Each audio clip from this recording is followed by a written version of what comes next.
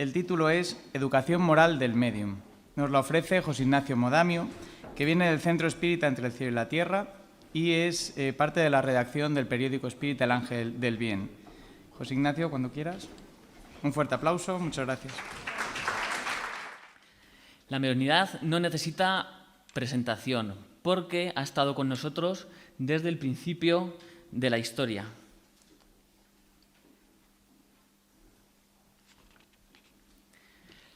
En todas las culturas, en China, India, Grecia, Egipto, Galia, Israel.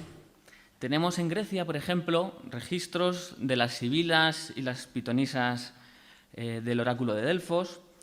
En Egipto tenían cierto conocimiento sobre la muerte. Israel tenía sus profetas.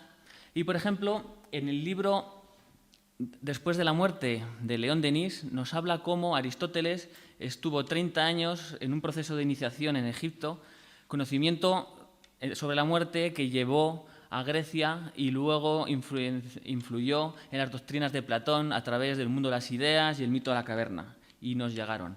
Entonces, no fue hasta la llegada del espiritismo que la mediunidad se trató abiertamente, se desmitificó, se estudió de forma científica y quedó al alcance de todos nosotros.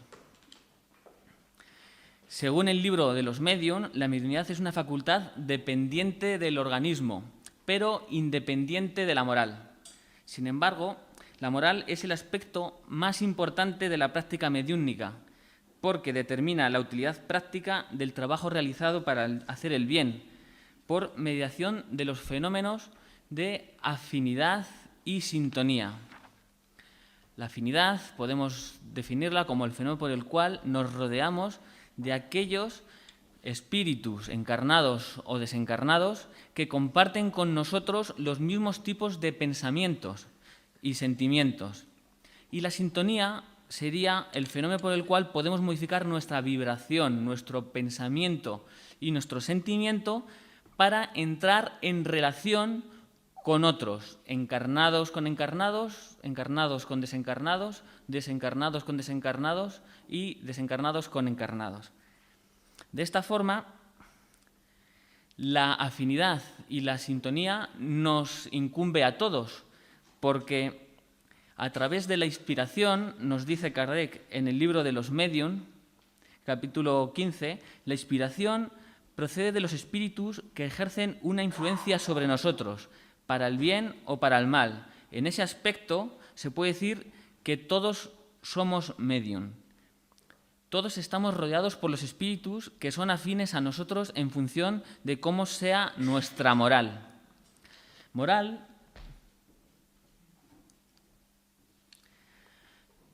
que etimológicamente viene de la palabra moralis, costumbre. Lo relativo a los usos y costumbres. Es un conjunto de normas, creencias, valores y costumbres que dirigen o guían la conducta de las personas en sociedad. Nuestra moral humana está influenciada por las costumbres religiosas, sociales, familiares y personales. Incluso nuestros hábitos modifican nuestra percepción de la moral. Debemos fijarnos, por tanto, en la moral universal, aquella que está basada en las leyes universales, que es la moral también llamada divina. La moral humana va progresando hacia la moral universal. La moral humana es relativa, va cambiando. Lo que antes estaba bien, de repente empieza a estar mal. Sin embargo, la moral universal es absoluta, no cambia, puesto que es válida para todas las edades, hasta el infinito. La moral humana va adquiriendo autoridad sobre la mediunidad conforme va acercándose, evolucionando hacia la moral divina. Hablamos en términos de educación y no únicamente de desarrollo por la connotación que conlleva el término en cuanto a estudiar, esforzarse, practicar lo aprendido, y por ello vamos a poner 3 pilares. La educación moral tiene 3 pilares. El primero sería el estudio, que a través de la pregunta 919 del libro Los Espíritus, que nos recomienda cómo debemos hacer el autoanálisis diario, podemos llegar al autoconocimiento que es necesario para trabajar la vigilancia y la disciplina, conseguir el autocontrol, que sería el segundo pilar. Y con ello podemos llegar al tercer pilar, que sería la práctica de la caridad, práctica de la ley de justicia, amor y caridad. Sin uno de estos tres pilares no vamos a avanzar. Sin vigilancia y autocontrol perderemos oportunidades de mejora y de práctica de la caridad. Sin esa vigilancia pasarán los eventos delante de nosotros y no nos daremos cuenta. Además, seguiremos cayendo en los mismos errores. Sin caridad no haremos un trabajo útil que tenga la semilla para luego recoger el fruto de la experiencia del bien realizado. Sin esa experiencia difícilmente vamos a forjar hábitos morales en nuestro interior. Y por último, sin estudio no llegamos al autoconocimiento y no vamos a saber qué vigilar. Directamente las cosas van a ser morales para nosotros, puesto que nuestro conocimiento no va a tener el alcance suficiente. El estudio de la educación moral debe centrarse en las leyes universales. Por tanto, a través de la ciencia, desde el conocimiento espírita, por ejemplo, que nos da tanto el libro de los Médiuns como la Génesis, a través de la filosofía espírita del libro de los Espíritus y a través de estudiar y asimilar las consecuencias morales que conlleva su práctica, teniendo como guía el Evangelio según el Espiritismo. El desarrollo moral evoluciona por etapas en paralelo a nuestras necesidades básicas. Tenemos que en la Génesis, el capítulo 3, ítem 10, nos dice: en las primeras fases de la existencia corporal, el individuo solo busca la satisfacción de las necesidades materiales. Pero una vez superada esta etapa, aparecen otras necesidades. Al comienzo, ellas son semimorales y semimateriales, y más tarde exclusivamente morales. En ese momento, el espíritu domina la materia. Cuanto más morales sean nuestras necesidades cuanto más morales sean nuestras necesidades, más espiritualizados seremos y más preparados para el trabajo mediúnico estaremos. Vamos por etapas y en la mediunidad también podemos hablar de 3 etapas, por ejemplo, en el trabajo mediúnico. Una primera etapa de atención a espíritus sufrientes, donde necesitaremos unas cualidades. Una segunda etapa de atención a espíritus endurecidos, donde tendremos que ir mejorando esas cualidades, progresando. Y una tercera etapa, aunque pueda haber más, de atención a espíritus obsesores, donde entraremos ahora más en detalle. Cada etapa necesitará, por tanto, una preparación moral mayor que la precedente. La primera etapa de trabajo de atención con espíritus sufrientes, vemos que los espíritus sufrientes son aquellos espíritus desencarnados que son incapaces de valerse por sí mismos en el mundo espiritual. Normalmente están apegados a lo material, apegados al pasado.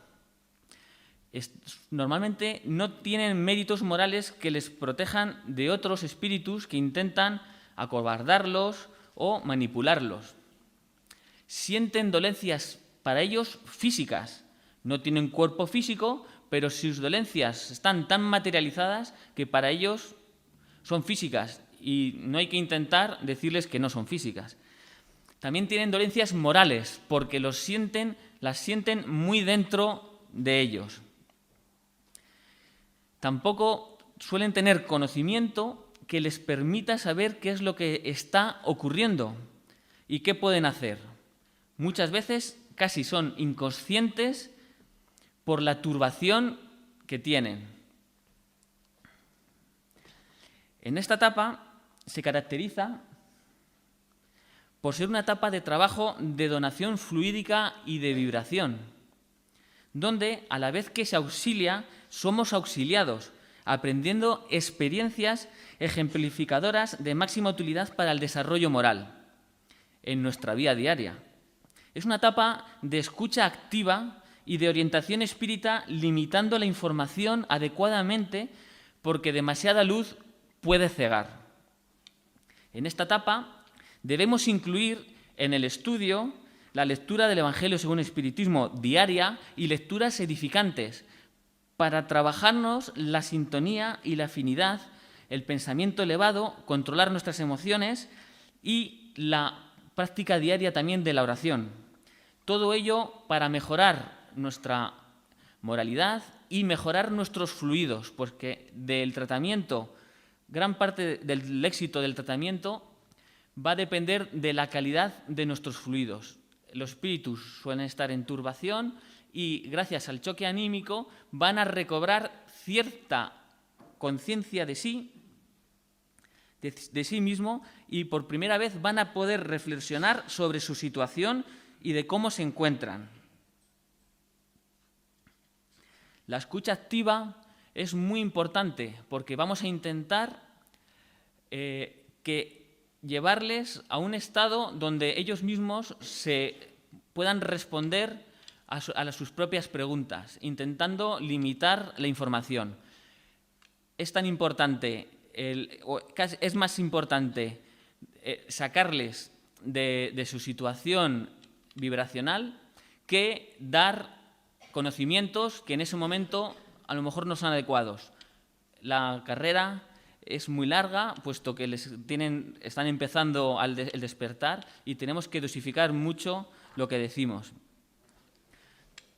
Una segunda etapa de trabajo con espíritus endurecidos, que son aquellos que, sin estar inclinados completamente al mal, tampoco hacen ningún bien. Normalmente no tienen ninguna motivación para mejorarse, por no tener fuerza moral que les impulse. Tampoco tienen méritos en el bien.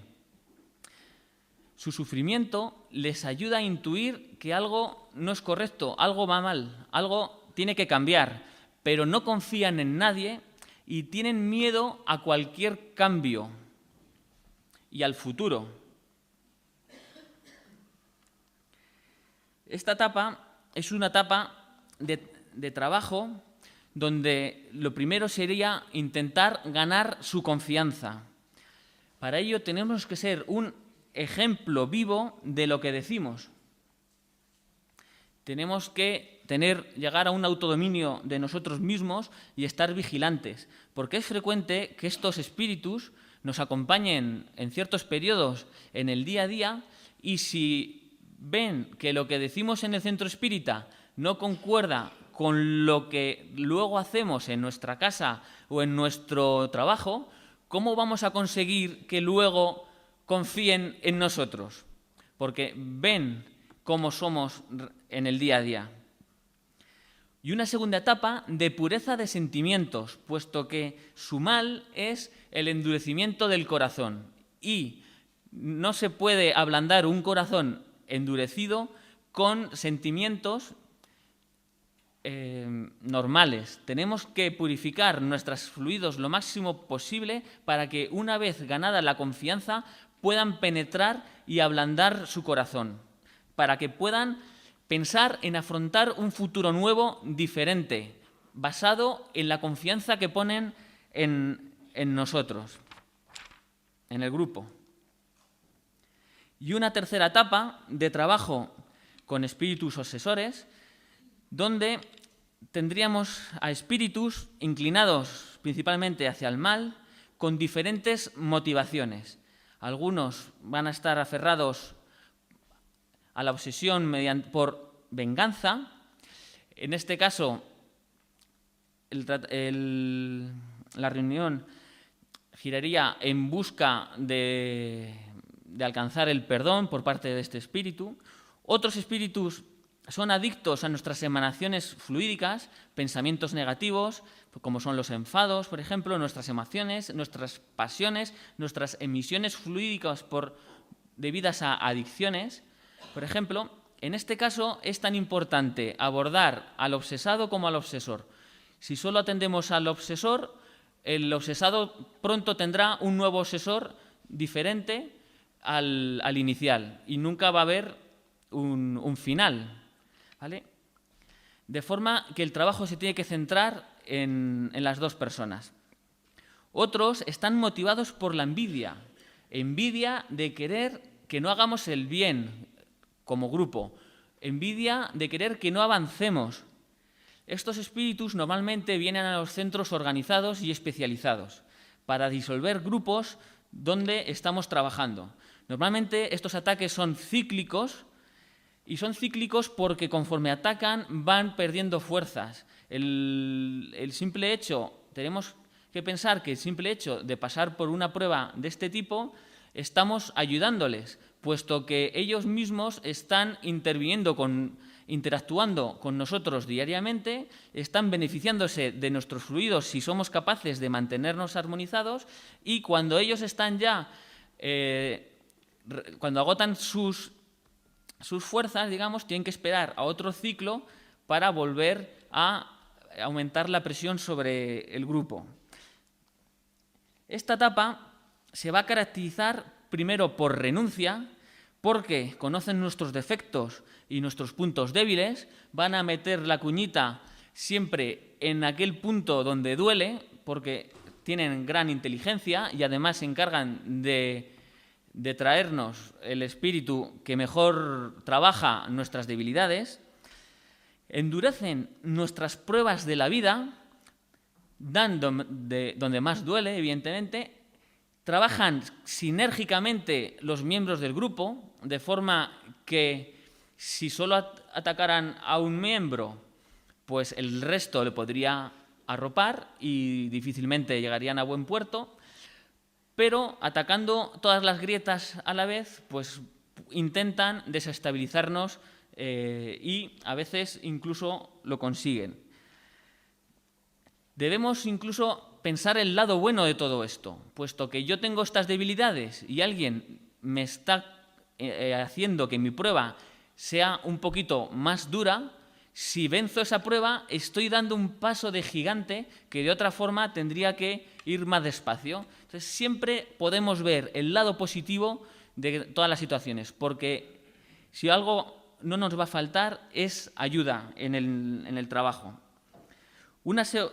Lo segundo de esta etapa será la paciencia, porque son procesos que pueden durar meses. Y tercero, la caridad como clave para practicar mediante el ejemplo. Debemos desarrollar toda actitud elevada. Tenemos que centrarnos en desarrollar la renuncia, la paciencia, la gratitud, la caridad, la humildad, la fe. Debemos mantener perfecta sintonía con los buenos espíritus para ser ayudados mejor. Siempre nos ayudan, pero si lo ponemos fácil, desde luego la ayuda tiene un alcance mayor. Y debemos tener sublimación de sentimientos y pensamientos integrando el Evangelio de Jesús en nosotros mismos. Volviendo al tema moral, para estudiar la moral universal debemos relacionarla con las leyes morales explicadas en el Libro de los Espíritus, los instintos, las emociones, los sentimientos y también su implicación en los cuerpos sutiles del psicosoma o perispíritu, nuestro cuerpo energético.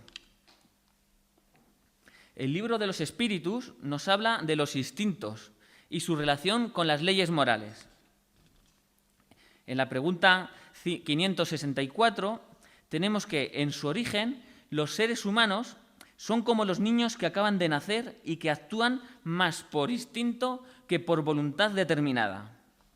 La pregunta 75 nos habla, el instinto, el hombre lo descuida. El instinto puede también inducir al bien. Casi siempre nos guía y en ocasiones lo hace con más seguridad que la razón.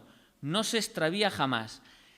El instinto no se extravía, pero nosotros, abusando del instinto, podemos llevarlo a crear las pasiones. Las leyes morales están grabadas en el fondo de nuestra conciencia y son el origen de los instintos.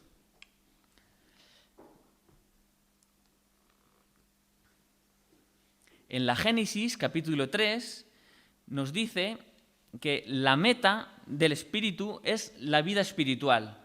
El instinto se debilita a medida que la inteligencia se desarrolla, ya que ésta domina a la materia. Podemos relacionar entonces la ley de destrucción y la ley de reproducción con el instinto de supervivencia, mencionado en el libro de los Espíritus principalmente como instinto de destrucción. El instinto de supervivencia es el instinto que lleva al hombre o al animal a buscar garantizar la vida y sus necesidades básicas para él y para su especie.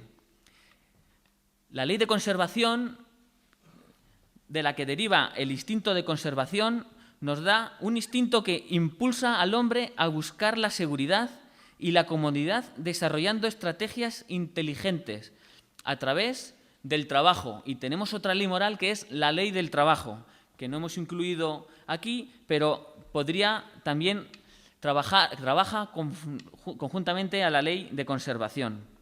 La ley de progreso nos habla del instinto de progreso, pero ya en el Evangelio según el Espiritismo, capítulo 2, donde el instinto de progreso es el instinto que impulsa al hombre a buscar y mejorar su bienestar mediante estrategias avanzadas que implican, además de inteligencia, esfuerzo y desarrollo de la voluntad. La ley de justicia, amor y caridad sigue elevándonos hasta alcanzar la ley de adoración. Y también tenemos instinto de adoración, mencionado en el libro de los Espíritus en las preguntas 221 y 650.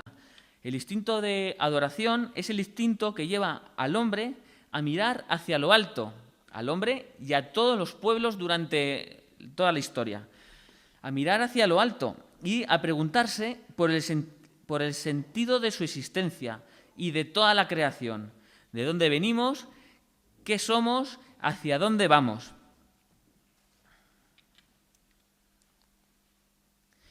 También podemos estudiar las leyes universales en relación con la pirámide de necesidades de Maslow, con las necesidades básicas, de forma que podemos relacionar la ley de reproducción y de destrucción con las necesidades fisiológicas, la de conservación con las necesidades de seguridad, de bienestar, de necesidad de interrelacionarnos socialmente.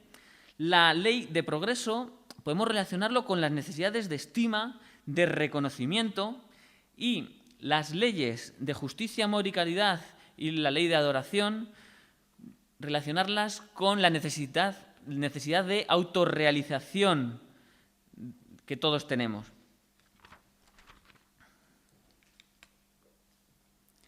Las leyes morales también se relacionan con las emociones, con los sentimientos, porque según el Evangelio, según el Espiritismo, capítulo 11, los sentimientos son los instintos elevados a la altura del progreso realizado. Inicialmente, el hombre solo tiene instintos. Más avanzado y corrompido, solo tiene sensaciones. Más instruido y purificado, tiene sentimientos. Y el punto delicado del sentimiento es el amor. Podemos relacionar, por tanto, las leyes de destrucción y reproducción con emociones relacionadas con el instinto de supervivencia, como son el miedo y la ira. El instinto de conservación, que viene de la ley de conservación, podemos relacionarla con las emociones de precaución y aversión. Aversión como medida cautelar para separarnos de aquello que intuimos o pensamos que nos puede hacer daño. El instinto de progreso, que viene de la ley de progreso, podemos relacionarlo con las emociones de alegría y tristeza, puesto que la necesidad de bienestar que nos impulsa a este instinto se corresponde con la alegría cuando conseguimos el objetivo alcanzado, objetivo que hemos comentado anteriormente, que es debido a estrategias avanzadas que implican desarrollo de la voluntad y de esfuerzo. ¿Cómo no vamos a tener alegría con un objetivo así? También tenemos la tristeza para recuperarnos de las pérdidas y trabaja también en este nivel. La ley moral de justicia, amor y caridad la hemos desglosado en los términos de amor, caridad y justicia, siendo una única ley, para relacionarlo el amor con los sentimientos, la caridad con la creatividad. Podemos relacionar, porque la creatividad, al fin y al cabo, es una caridad. Luego lo vemos. La justicia con la sabiduría y la ley de adoración con la individualidad. Individualidad, que es el sentimiento de ser único en unión con la creación. No confundamos individualidad con identidad. Identidad puede trabajar en el nivel de la estima y del reconocimiento. Adquiero identidad cuando necesito adherirme a un grupo social con ciertas características. No hablamos de eso. Hablamos de la individualidad, de ser un ser único en el universo y en unión con toda la creación. Y finalmente, relacionamos las leyes morales con los centros de fuerza de los cuerpos sutiles y de sus principales desequilibrios. Tenemos centros de fuerza, conocemos el genésico, gástrico, esplénico, cardíaco, laríngeo, cerebral y coronario. Los enumeramos desde el coronario hasta el genésico, pero en esta ocasión vamos a enumerarlos en orden inversa. Los centros de fuerza son vórtices energéticos que sirven de transformador de energías entre los diferentes planos de manifestación y también entre el interior y el exterior de nuestros cuerpos sutiles, nuestro periespíritu. Vamos a hablar también de las dos principales desarmonías de los centros de fuerza, que es la congestión y la inhibición. Congestión que corresponde al estado de sobreexcitación del centro de fuerza con acumulación excesiva de fluidos, de forma que las energías no son utilizadas de forma adecuada.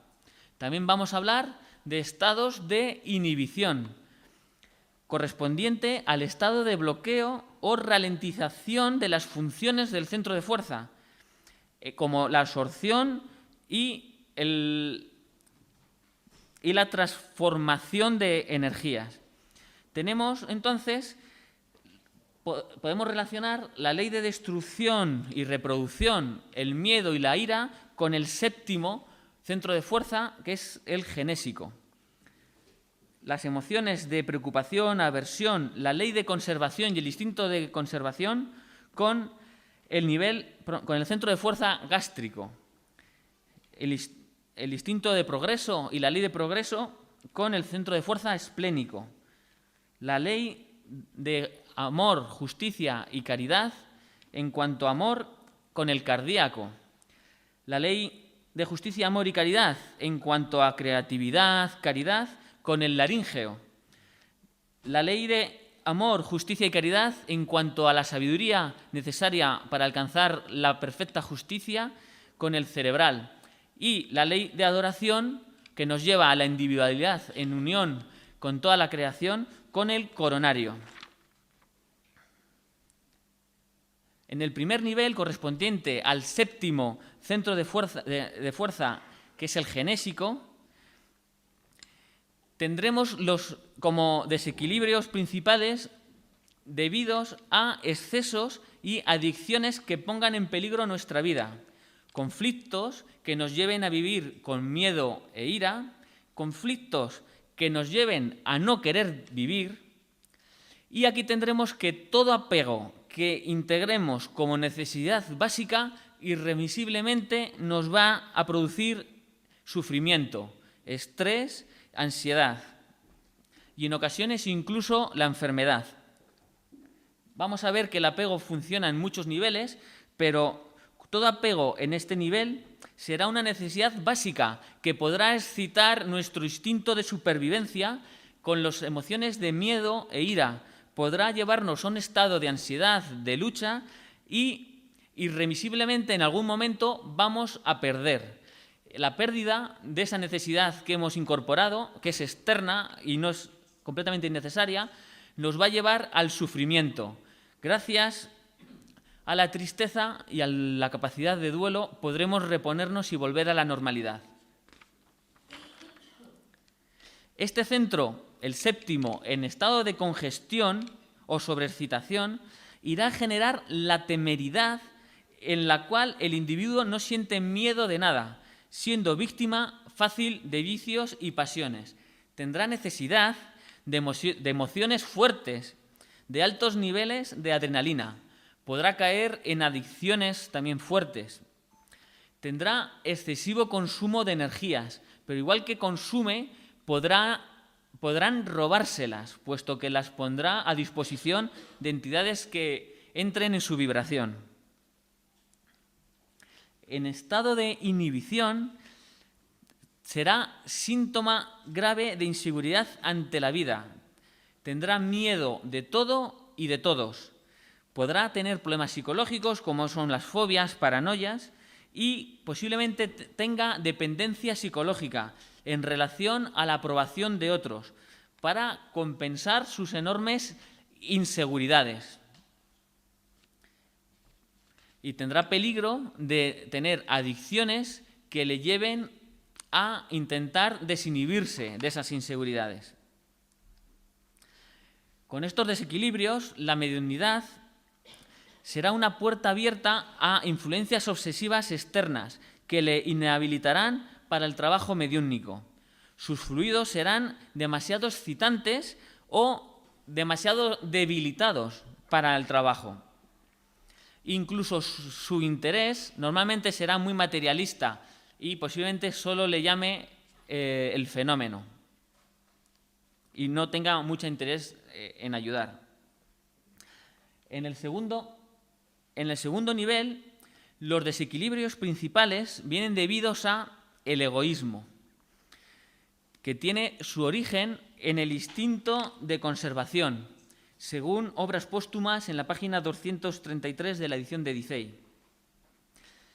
Este egoísmo nos llevará al deseo, al sensualismo y a potenciar el resto de vicios a través de la pereza.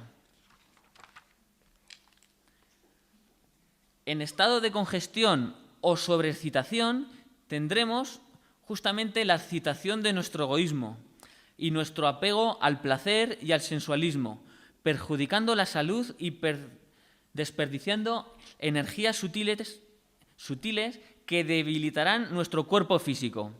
La pereza, el exceso de ociosidad nos hará perder el tiempo y nos pondrá en peligro de aumentar nuestros vicios, porque nos aleja de la ley de trabajo que hemos relacionado con este nivel, con la ley de conservación. En estado de inhibición, también llamado hipoactividad, tendremos que puede generar una disminución o abolición completa del propio placer de vivir. Tenemos derecho al placer, porque es una recompensa al trabajo realizado. Tendremos en estado de inhibición, este centro nos generará una tendencia al estado depresivo y tendrá también tendencia a perder energías por robo o incluso incapaz de generarlas por sí mismo. Tendremos facilidad para la obsesión por falta de defensas energéticas. En el tercer nivel, que relacionamos con el centro de fuerza esplénico, los desequilibrios principales vendrán debidos al orgullo. Orgullo que nos lleva a sobrevalorarnos por encima de los demás, alejándonos de la gran ley de unidad que rige la creación. Esta gran ley está mencionada 5 veces en la Génesis. Una de ellas en el capítulo 1, ítem 30. y es de gran importancia. Tenemos que tener en cuenta que el orgullo deja al hombre solo frente a las consecuencias de la ley de acción y reacción como mecanismo necesario de reajuste. El hombre, a través del orgullo, se enfrenta con su propio destino elegido.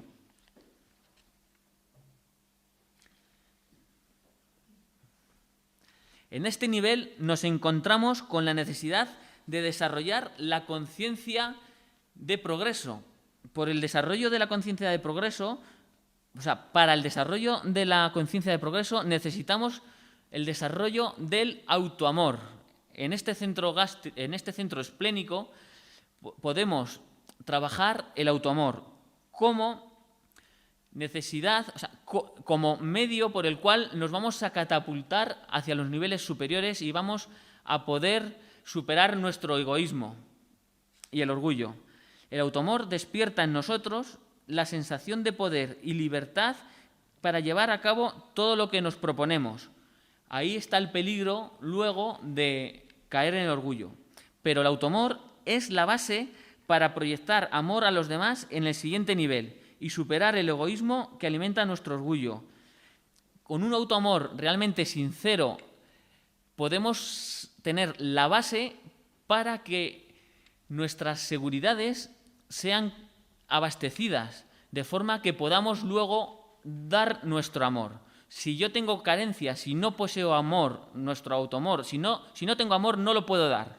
Entonces, este punto es muy importante porque va a servir para seguir avanzando. Sin embargo, el centro esplénico en estado de congestión se alimentará nuestro orgullo de energías estancadas que aislarán a la persona de la realidad, mostrándose superior, dominante, prepotente, idealizando su inteligencia y su capacidad por encima de la de los demás y de los derechos de los demás. Esta desarmonía, además, desarmoniza los centros inferiores, excitando el egoísmo y los apegos, porque excita sus inseguridades. En estado de inhibición, vemos que no es raro ver caer al orgulloso en el agujero de la negatividad, sensación de incapacidad, impotencia y falta de autoestima. Todo orgullo encierra en su interior un grave complejo de inferioridad e inseguridad psicológica del que intenta huir y ocultar. Tenemos aquí el término orgullo negativo, mediante el cual tenemos la necesidad de criticar y desmerecer a los demás para sentirnos bien, no porque nosotros nos ensalcemos o adquiramos méritos, sino hundiendo al resto, como saliendo a flote. Realmente esto es un estado de inhibición de este centro.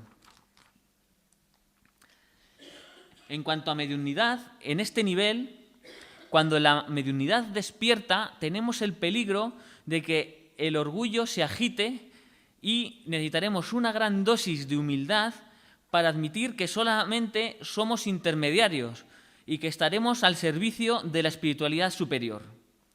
En este momento tendremos peligro de fascinación mediante la estimulación del orgullo mediante halagos.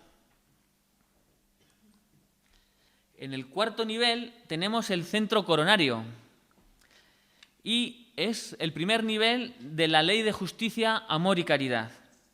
En este nivel encontramos la necesidad de desarrollar la conciencia de los sentimientos. ¿Soy consciente de mis sentimientos? Pues seguramente no de todos ellos. El mayor escollo es el odio, pero el más frecuente es la falta de desarrollo de la capacidad de amar. Y también es frecuente el endurecimiento del corazón, que anteriormente lo hemos tratado cuando hablábamos de los espíritus endurecidos. El endurecimiento del corazón puede durar muchas vidas porque es una protección, es una coraza que intenta sufrir lo mínimo debido a la desconfianza y al miedo. El cuarto centro, que es tan importante para el trabajo mediúnico, en estado de congestión tendremos que nos lleva lleva que el apego característico del centro gástrico o del centro genésico que hemos hablado antes, lo podamos elevar hasta el corazón, en el centro cardíaco. Jesús nos dijo, donde esté vuestro tesoro, allí estará vuestro corazón, en Mateo 6:21. Esto, si convertimos un apego en nuestro tesoro, nos esclavizaremos y tendremos un amor posesivo, lleno de celos, envidia, y dejaremos de ser libres. Y esto nos podrá llevar incluso a enfermar. El apego en el primer nivel provoca estrés, en el segundo egoísmo, en el cuarto amor posesivo, celos, envidia, como sentimientos de los cuales es difícil escapar. En estado de inhibición tenemos la indiferencia, en la cual el individuo tiene una actitud egoísta. Tenemos la incapacidad de amar y tenemos el endurecimiento del corazón. Ni sienten ni padecen.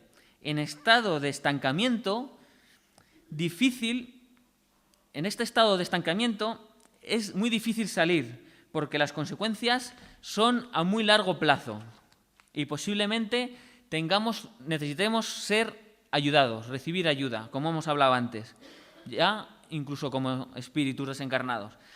Este nivel es muy importante para la mediunidad, porque es de donde parten los principales fluidos de amor con capacidad de ablandar los corazones endurecidos. En cuanto a la mediunidad, si no somos dueños de nuestro corazón, no podemos utilizarlo para ayudar a los demás, para irradiar desde él. Tendremos incapacidad de donación fluídica con estas desarmonías anteriores.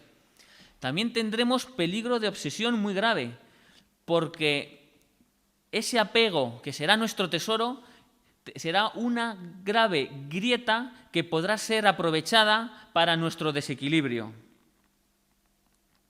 En el quinto nivel de la ley justicia, amor y caridad, que lo relacionamos con el tercer centro de fuerza, que es el centro laríngeo, tendremos que los desequilibrios principales vendrán debidos a la mentira y a la manipulación verbal en lo relativo a la comunicación, la excentricidad inarmónica que sobrecite la imaginación en lo relativo también a la creatividad, alejándola de la caridad.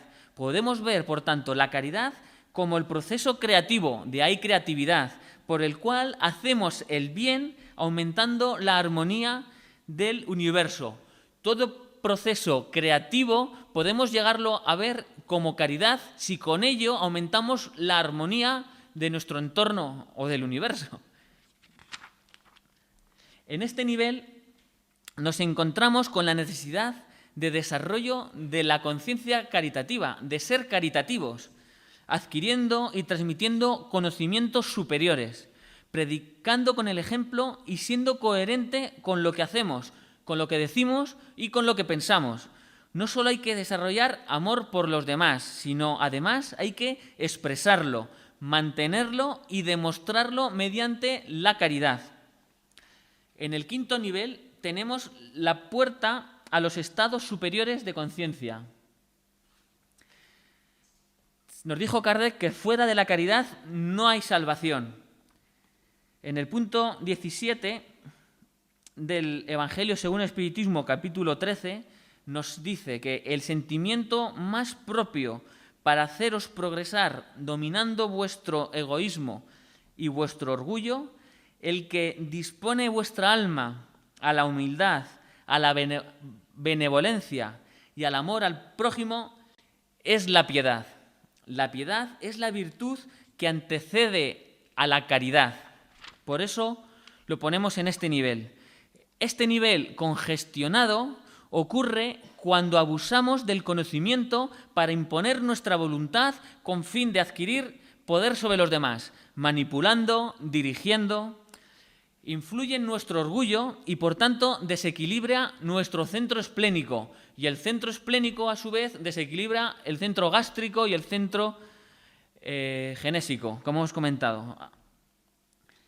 En estado de inhibición se produce por ocultar el conocimiento a los demás, secuestrarlo por inseguridad o para mantener la ventaja, puesto que el conocimiento lo contenemos para nosotros. También, por otro lado, tendremos inhibición de este centro si huimos del conocimiento. Huimos del conocimiento siempre que evitamos cambiar de forma de vida y de forma de ser, oponiendo a lo que nos dice lo que estudiamos. Nos mentimos a nosotros mismos para no cambiar, para mantenernos en nuestra posición actual. Esto también consigue la inhibición del centro laríngeo. En cuanto a la mediunidad, el médium que busca el conocimiento espiritual, pero que sigue viviendo una vida materialista, no puede tener desarrollado este centro por la ausencia de esfuerzo y de voluntad de cambio. Nos dice el Libro de los Espíritus en la pregunta 646 que el mérito es proporcional al esfuerzo. No lo dice así textualmente, pero como resumen es lo que tenemos. Aquí tendríamos a los médium improductivos en esta situación. En el nivel 6 de la ley justicia, amor y caridad, trabajando la justicia, el conocimiento superior, tendríamos que los desequilibrios principales ocurren cuando utilizamos el conocimiento superior, nuestra inteligencia, para la práctica del mal y con fines egoístas, también con los pensamientos negativos. Sin embargo, equilibrado, nos habilita a la inspiración y a la sabiduría, al conocimiento superior. Este centro cerebral, en estado de congestión, alimenta nuestro orgullo espiritual. Ese orgullo espiritual que es un gran peligro para el médium productivo por su dificultad en ser detectado y luego en eliminarlo, porque es como un dulce. Congestionado en la hiperactividad, este centro, tendremos el misticismo, en el cual el individuo cree que está todo el tiempo orientado por seres espirituales superiores que direccionan su vida. Aquí tendríamos un gran peligro de fascinación por creernos escogidos. Suena un poco de risa, pero puede ocurrir. En estado de inhibición ocurre el desprecio por las intuiciones e inspiraciones superiores, viendo la vida desde una óptica materialista o negando incluso las verdades espirituales. Esta negación inhibe el centro cerebral. Y llegamos al 7º nivel, al nivel de la ley de adoración, al nivel de la autorrealización y al nivel del primer centro de fuerza, el principal, el centro coronario. En este nivel nos encontramos con la necesidad del desarrollo de la conciencia espiritual, necesidad de autorrealización, de trascender más allá de uno mismo y de sentirse integrados dentro de la gran ley de la creación que rige, dentro de la gran ley de unidad que rige la creación. Esto lo podría poner entrecomillado, porque viene varias veces en la Génesis, 5 veces, como hemos dicho. En estado de congestión, el 7º nivel, que sería el primer centro de fuerza, el coronario, ocurre por el abuso de las funciones psíquicas en las cuales el individuo utiliza sus potenciales mediúnicos para hacer el mal a otras personas o adquirir provecho propio. Aquí tenemos la razón por la cual la mediunidad no puede ser sujeto de comercio. Para el médium, esto significa que no debe practicar la mediunidad con fines interesados, ni mucho menos utilizar su facultad para ganar influencia o seguidores para satisfacer el orgullo. En estado de inhibición, ocurre que El estado de inhibición ocurre a través de la negación de la mediunidad, cuando la persona percibe que trae los potenciales mediúnicos, cuando la persona percibe que trae los potenciales mediúnicos, pero por miedo de buscar lo trascendente y por el desconocimiento de lo que irá a encontrar, bloquea las funciones psíquicas del centro coronario, por carecer de renuncia y entrega necesarias para el trabajo mediúnico. El centro coronario, desarrollado y equilibrado, nos lleva a la trascendencia. Es el responsable del impulso por la búsqueda espiritual y de la búsqueda de la conexión con Dios y la gran ley de unidad. Considerando todos los centros de fuerza, aunque pueda haber un centro más preponderante que el resto en determinado momento, por ejemplo, el hombre primitivo predomina el primer nivel, que sería el séptimo centro, el genésico. El hombre egoísta tendría predominancia en el segundo nivel. El hombre orgulloso o el hombre emprendedor tendría predominancia en el tercer nivel. El hombre bueno sería el cuarto nivel, el caritativo y creativo el quinto nivel, el hombre que busca el conocimiento superior tendría mucha energía en el sexto nivel y el séptimo también sería para el hombre espiritualizado. Pues aunque en algún momento pueda preponderar un nivel más que otro, siempre el centro coronario es el más importante, porque es el centro director a través del cual el espíritu dirige el resto de cuerpos sutiles y el resto de centros de fuerza. El centro coronario está relacionado con la oración, porque a través de este centro baja las energías superiores y van armonizándonos. La oración es el gran antídoto armonizador que nos da Dios para el reequilibrio interno a través del centro coronario. En la mediunidad, la oración es la puerta a los estados de conciencia superiores, en armonía con la espiritualidad superior que paciente y amorosamente nos espera. Muchas gracias a todos.